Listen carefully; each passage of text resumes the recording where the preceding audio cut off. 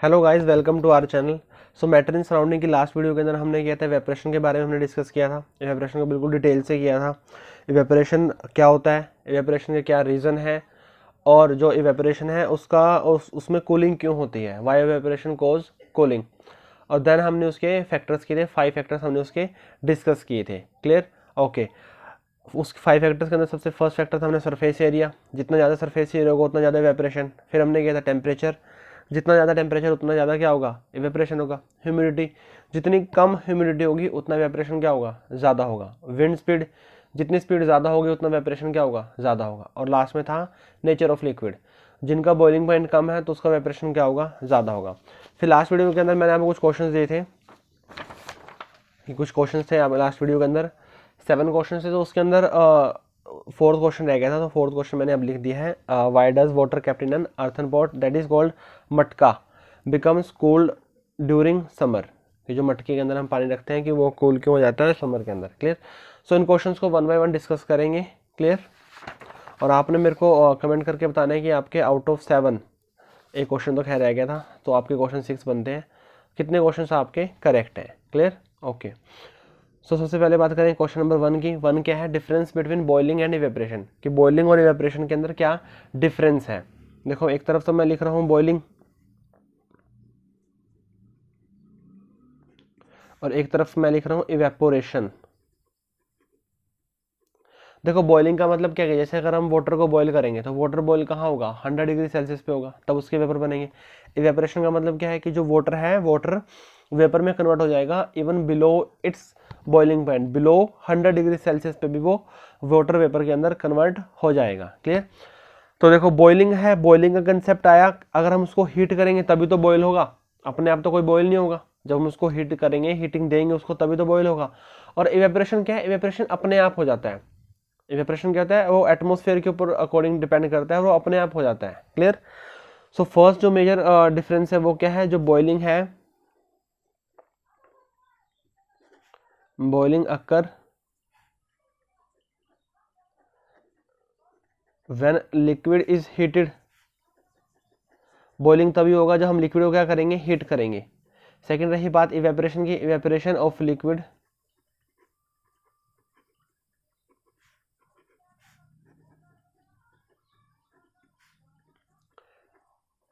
Take place its own. जब evaporation है, evaporation क्या हो जाएगा, वो अपने आप होगा। पर बॉइलिंग, बॉइलिंग तो हमें पता है कि उसको हीट करना पड़ेगा। क्लियर? ओके। सेकंड डिफरेंस की अगर मैं बात करूं, देखो हमें पता है कि जो बॉइलिंग है, बॉइलिंग एक पर्टिकुलर टेम्परेचर पे होगा। अगर मैं वाटर की बात करूं तो वाटर के केस में क्या होगा, वो 100 डिग्री सेल्सियस पे होगा। क्लियर? और अगर मैं इवेपोरेशन के अकॉर्डिंग बात कर रहा हूं तो वाटर का इवेपोरेशन क्या होगा, किसी भी टेम्परेचर पे हो सकता है। वो डजेंट मैटर कि वो टेम्परेचर हमारा बॉइलिंग पॉइंट है, उससे कम है, उससे ज़्यादा है। क्लियर? तो जो बॉइलिंग होगा, बॉइलिंग टेक प्लेस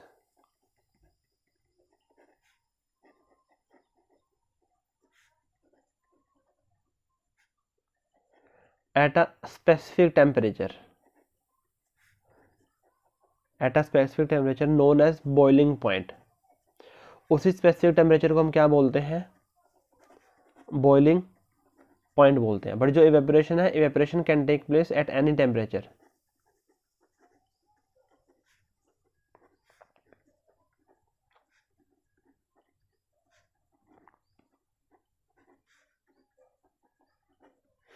जो इवेपोरेशन है वो किसी भी टेम्परेचर के ऊपर हो सकता है। Clear?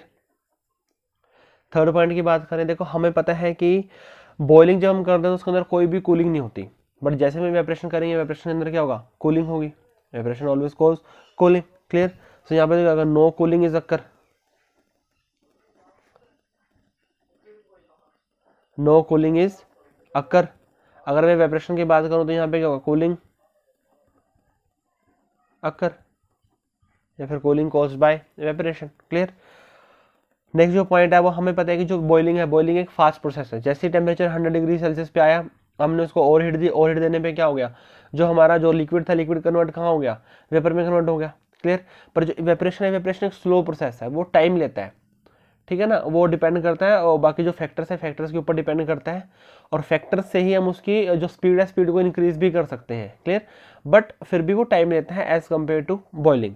Clear? So it is a fast process,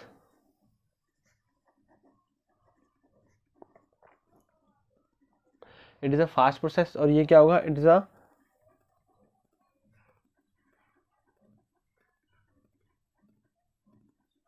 slow process. वो फास्ट प्रोसेस और वो कौन सा प्रोसेस है, स्लो प्रोसेस है। तो ये था हमारा question number first. Clear, boiling में और इवेपोरेशन में क्या डिफरेंस है।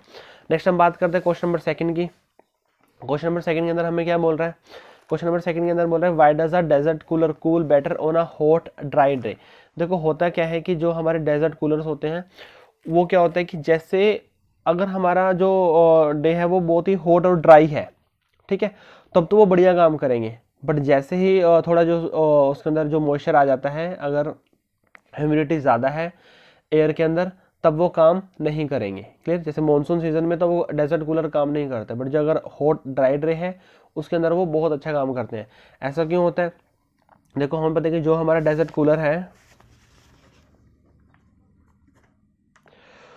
उसके अंदर क्या होता है, उसके अंदर इवेपोरेशन होता है। जैसे वो पैड्स में पानी जाएगा तो उस केस में क्या होगा, वहाँ पे इवेपोरेशन होगा। अब इवेपोरेशन से क्या होगा, कूलिंग होगी। ठीक है, इवेपोरेशन से क्या होगा, कूलिंग होगा। क्लियर, अब जितना ज़्यादा इवेपोरेशन होगा उतनी ज़्यादा क्या होगी, कूलिंग होगी। जितना ज़्यादा इवेपोरेशन होगा उतनी ज़्यादा क्या होगी, कूलिंग होगी। क्लियर, अब देखो आप जो कूलर के अंदर चाहे आप पानी गर्म डालो, चाहे आप पानी ठंडा डालो, जैसा मर्जी आप पानी डालो, चाहे आप आइस कोल्ड वाटर डालो या फिर आप नॉर्मल वाटर डालो, थोड़े टाइम बाद आप देखोगे कि कोई जो मर्जी वाटर है सारा का सारा क्या हो गया, वो कोल्ड हो गया। क्लियर, वाटर क्या हो गया, ठंडा हो गया। ऐसा क्यों होता है, क्योंकि वहाँ पे इवेपोरेशन होती है। इवेपोरेशन से क्या होता है, कूलिंग होता है। तो आपने जैसा मर्जी वाटर डाला है, बाद में अल्टीमेटली क्या हो जाएगा, वो कूल हो जाएगा। क्लियर, अब देखो नॉर्मल हॉट ड्राई डे के अंदर क्या होगा, ह्यूमिडिटी बहुत ज़्यादा कम होती है, मतलब एयर के अंदर वाटर के जो मॉलिक्यूल्स हैं बहुत ज़्यादा कम है। तो उस केस में जो इवेपोरेशन होती है बहुत ज़्यादा होती है। क्लियर, अगर नॉर्मल हम नॉर्मल डे की बात करें जहाँ पे ह्यूमिडिटी ज़्यादा है, ठीक है, तो उस केस के अंदर क्या होगा, वहाँ पे इवेपोरेशन कम होगी। क्यों, क्योंकि एयर के अंदर ऑलरेडी वाटर के मॉलिक्यूल्स प्रेजेंट है। क्लियर, सो वहाँ पर क्या होगा, फिर जो हमारे इवेपोरेशन कम होगा, अगर इवेपोरेशन कम होगा तो फिर कूलिंग भी क्या होगी, कम होगी। और अगर कूलिंग कम होगी तो फिर जो डेजर्ट कूलर है वो सही से कूल नहीं कर पाएगा, सही से काम नहीं करेगा वो। Clear, okay. सो इसको हम कैसे लिखेंगे, हमें पता है कि as we all know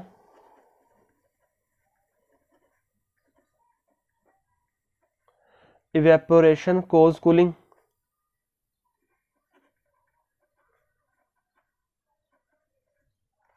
evaporation cause cooling, evaporation क्या करेगा, कूलिंग करेगा। Clear, so in a desert cooler, in a desert cooler the water inside it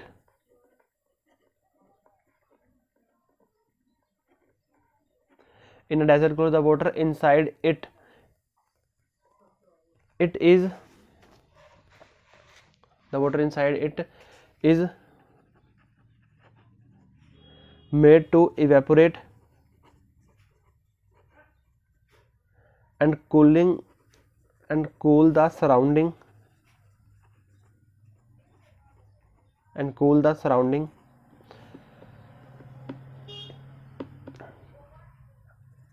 evaporation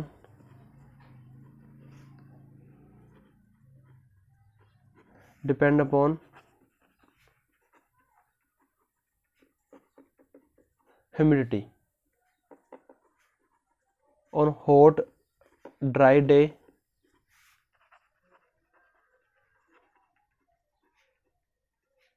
humidity is less.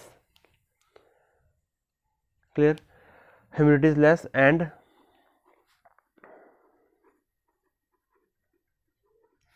evaporation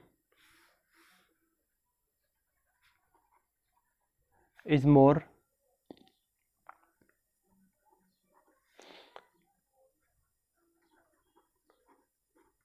And that's why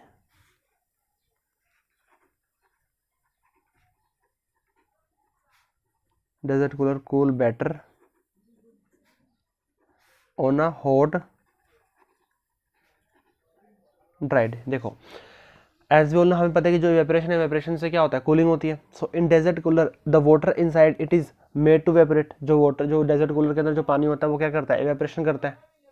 उसकी वजह से क्या होगा, जो surrounding है हमारी सराउंडिंग कूल हो जाएगी, जो अंदर और पानी है या फिर जो आसपास है वो क्या हो जाएगा, कूलिंग होगी वहाँ पे। ठीक है, सो हमें पता है कि इवेपोरेशन डिपेंड होती है ह्यूमिडिटी से, और हॉट ड्राई डे के अंदर ह्यूमिडिटी क्या होती है, कम होती है, तो इवेपोरेशन क्या होगी, ज़्यादा होगी। तो अगर इवेपोरेशन ज़्यादा होगी तो कूलिंग भी क्या होगी, फिर ज़्यादा होगी। तो इसलिए जो डेजर्ट कूलर होते हैं वो जो हॉट ड्राई डे है, जो बहुत गर्मी है और ड्राई है, उस दिनों में ज़्यादा काम करेंगे एज़ कम्पेयर टू अगर जो मानसून सीज़न है या फिर रेनी सीज़न है, वहाँ पर काम वो नहीं करेंगे वहाँ पर, इसलिए हम AC को प्रेफर करते हैं। क्लियर। सो ये था हमारा क्वेश्चन नंबर सेकंड। नेक्स्ट है question number third. Question number third क्या है, why does our palm feel cold when we put some acetone और पेट्रोल और परफ्यूम इन इट। देखो ये भी सेम रीज़न है। क्लियर। जैसे अगर हम अपने पाम के ऊपर अगर कोई पेट्रोल रखते हैं, एसीटोन रखते हैं, तो उससे क्या होगा, इवेपोरेशन होगी। अरे इवेपोरेशन से क्या होता है, कूलिंग होती है। बस सिंपल सा फंडा है यहाँ पे। Clear. So when we put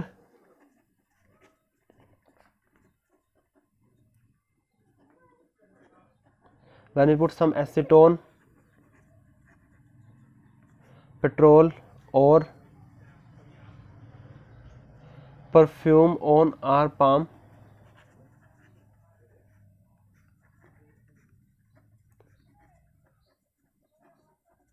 it evaporates and cause cooling,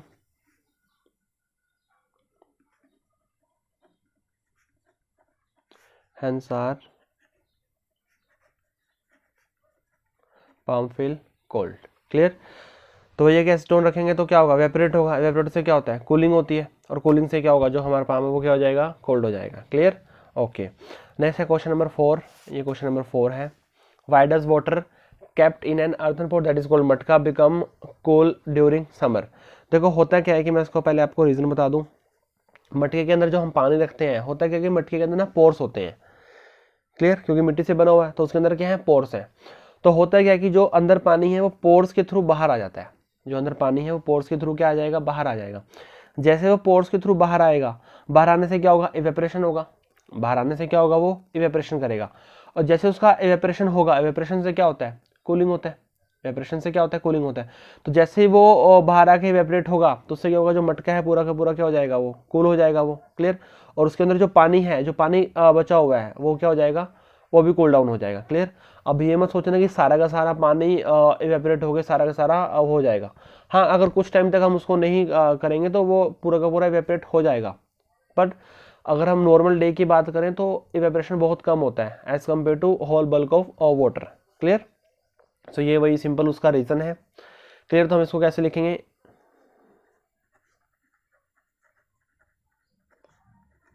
earthen pot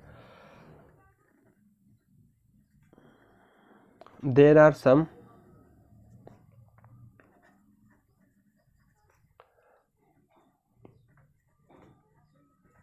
pores through which the liquid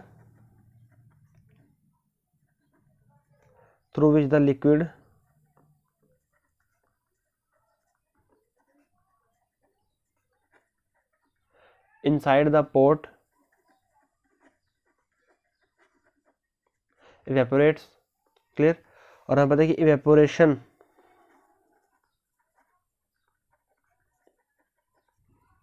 cause cooling. Evaporation से क्या होता है, कूलिंग होता है। क्लियर।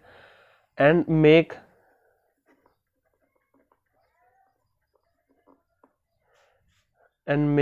द वाटर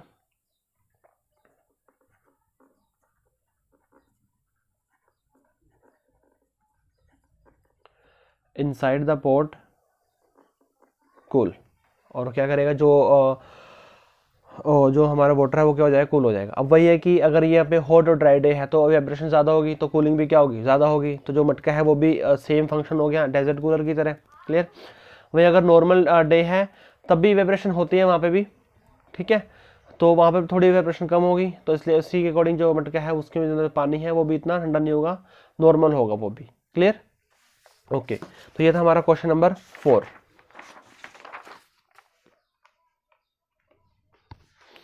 नेक्स्ट हम बात करें क्वेश्चन नंबर 5। क्वेश्चन नंबर 5 के अंदर क्या है, why are we able to sip hot tea और milk faster from a saucer rather than a cup. Clear. अब देखो जो सॉसर है उसके अंदर क्या है, उसका सरफेस एरिया ज़्यादा है। देखो नॉर्मल जो हम कप ले रहे हैं, लेट्स से कि जो हॉट टी है हमारी, उसके अंदर क्या है, उसका सरफेस एरिया कम है। जैसे ये है हमारा, अब इसका जो सरफेस एरिया, इसका सरफेस एरिया कम है, बट अगर हम इसी टी को एक सॉसर के अंदर क्या करेंगे, उसको पोर कर देंगे, तो इससे क्या होगा, जिसका सरफेस एरिया वो क्या हो गया, ज़्यादा हो गया। अब सरफेस एरिया ज़्यादा हो गया, उसके इससे क्या होगा, जो हीट है इसमें से हीट जल्दी बाहर निकलेगी। इसमें से हीट क्या निकल रही थी, कम बाहर निकल रही थी, तो इसमें से हीट क्या निकलेगी, जल्दी बाहर निकलेगी। क्लियर। अब इसमें से अगर हीट जल्दी बाहर निकलेगी तो उससे क्या होगा, जो हमारी जो हॉट टी है वो जल्दी क्या हो जाएगी, वो कूल डाउन हो जाएगी। क्लियर। और इसके अंदर जो कूल डाउन होने में क्या लगेगा, टाइम लगेगा। इसमें हीट ट्रांसफर ज़्यादा होगा, क्यों, क्योंकि ज़्यादा एरिया एटमोस्फेयर के कॉन्टेक्ट में आ रहा है, यहाँ पे कम एरिया एटमोस्फेयर के कॉन्टेक्ट में आ रहा है। क्लियर। सो यही इसका क्या है, मेन रीज़न है। क्लियर। तो हम इसको कैसे लिखेंगे, question 5,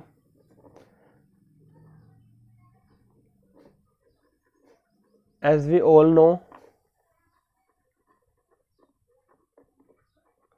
evaporation increase with increase in surface area। हमें पता है कि इवेपोरेशन बढ़ता है सरफेस एरिया के बढ़ने से। क्लियर।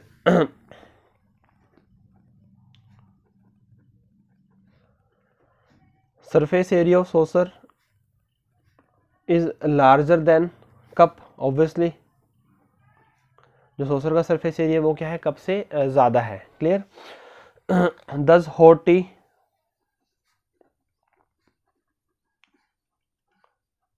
और milk evaporate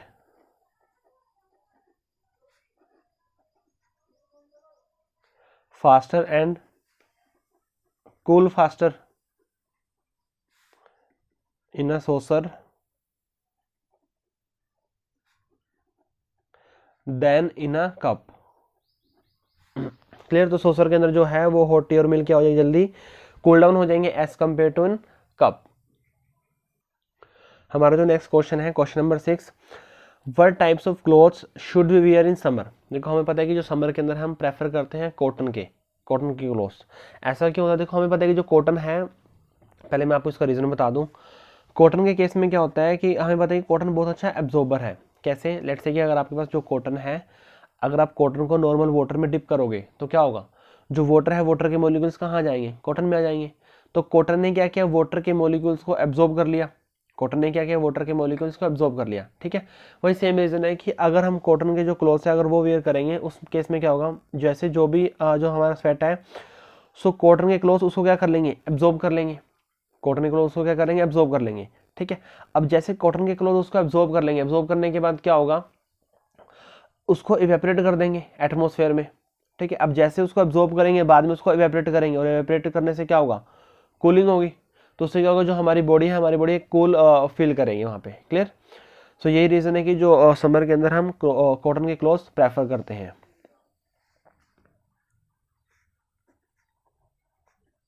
so we should wear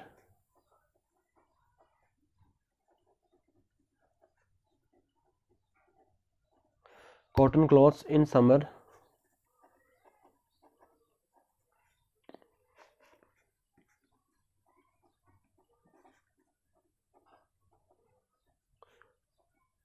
during summer we sweat more and cotton is a good absorber. Cotton is a good absorber of water, thus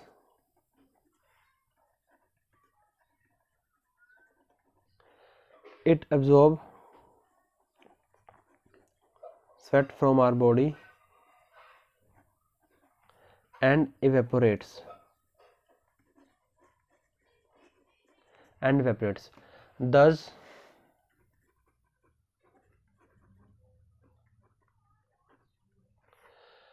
liquid to atmosphere, evaporate this liquid to atmosphere and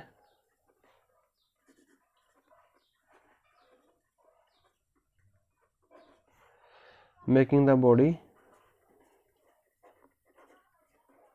cool। Clear. So we should wear cotton clothes in summer. During summer we sweat more and cotton is a good absorber of water. तो जितना sweat more करेंगे उतना ही क्या करेगा, cotton absorb करेगा.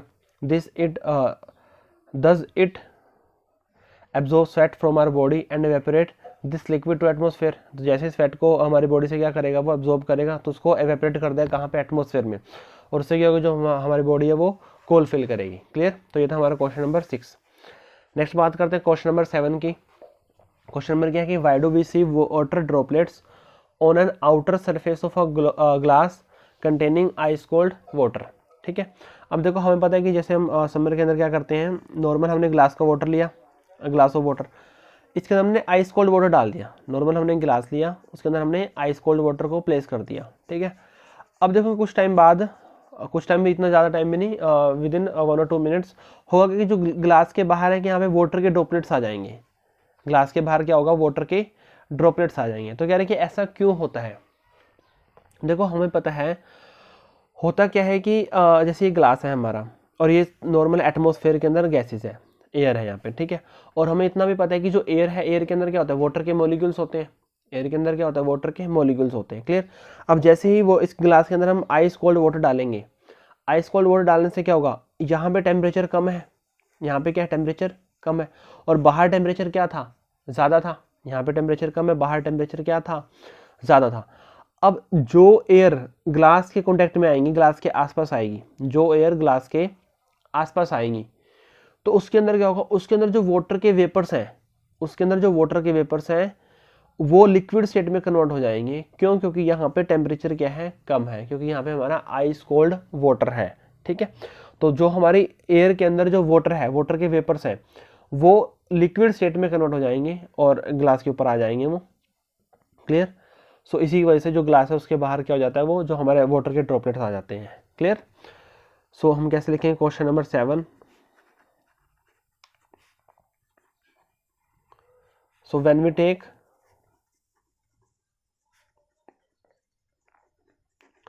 ice cold water in glass,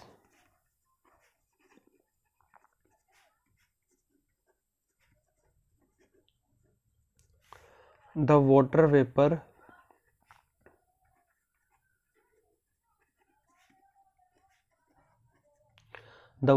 present in air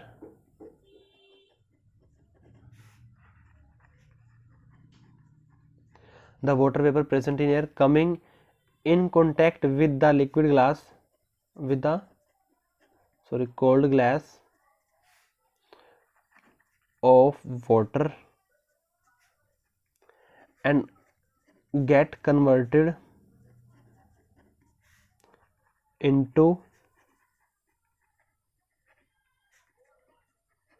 liquid state, and we see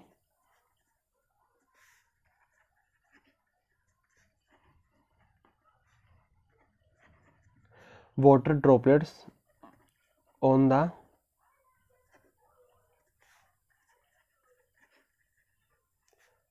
outer surface of glass. Clear. So when we take a ice cold water in glass, जब भी हम ice cold water को लेंगे glass के अंदर, so the water vapor present in air coming in contact with the cold glass of water, जो वो air के अंदर जो वाटर के वेपर्स हैं वो कॉन्टैक्ट में आएंगे, किसकी, ग्लास से कॉन्टैक्ट में आएंगे. अब उससे क्या होगा, ग्लास का टेम्परेचर कम है, बाहर टेम्परेचर ज़्यादा है, तो जो हमारे वाटर के वेपर हैं वो लिक्विड स्टेट में कन्वर्ट हो जाएंगे, and get converted into liquid state, and we see water droplet on the outer surface of glass. तब हम देखेंगे कि जो हमारे ग्लास है, ग्लास के बाहर क्या हो गया है, वाटर के ड्रॉपलेट्स आ गए हैं. इसी का यही रीज़न है जो ये होता है. क्लियर. तो ये थे हमारे 7 क्वेश्चन, 7 इंपॉर्टेंट क्वेश्चन हैं, बिल्कुल लॉजिकल क्वेश्चन है जो हम अपने डे लाइफ में देखते हैं on the base of evaporation. NCERT के क्वेश्चन हैं ये, एक या दो क्वेश्चन अलग हैं, मतलब एनसीईआरटी के क्वेश्चन ऑलमोस्ट हैं सारे. क्लियर. सो नेक्स्ट क्लास के अंदर बस हमारा एक लेक्चर रहता है 9th में, उसमें एक लेक्चर कंप्लीट करने के बाद हमारा चैप्टर बिल्कुल कंप्लीट हो जाएगा. क्लियर. उसके बाद हम क्वेश्चंस प्रैक्टिस करेंगे, एनसीईआरटी के जो बाकी क्वेश्चंस रह गए, एक्सरसाइज, एनसीईआरटी एग्जाम्पल करेंगे, कुछ हम एमसीक्यूज क्वेश्चंस को भी डिस्कस करेंगे. क्लियर. फिर हम नेक्स्ट चैप्टर स्टार्ट कर देंगे. क्लियर.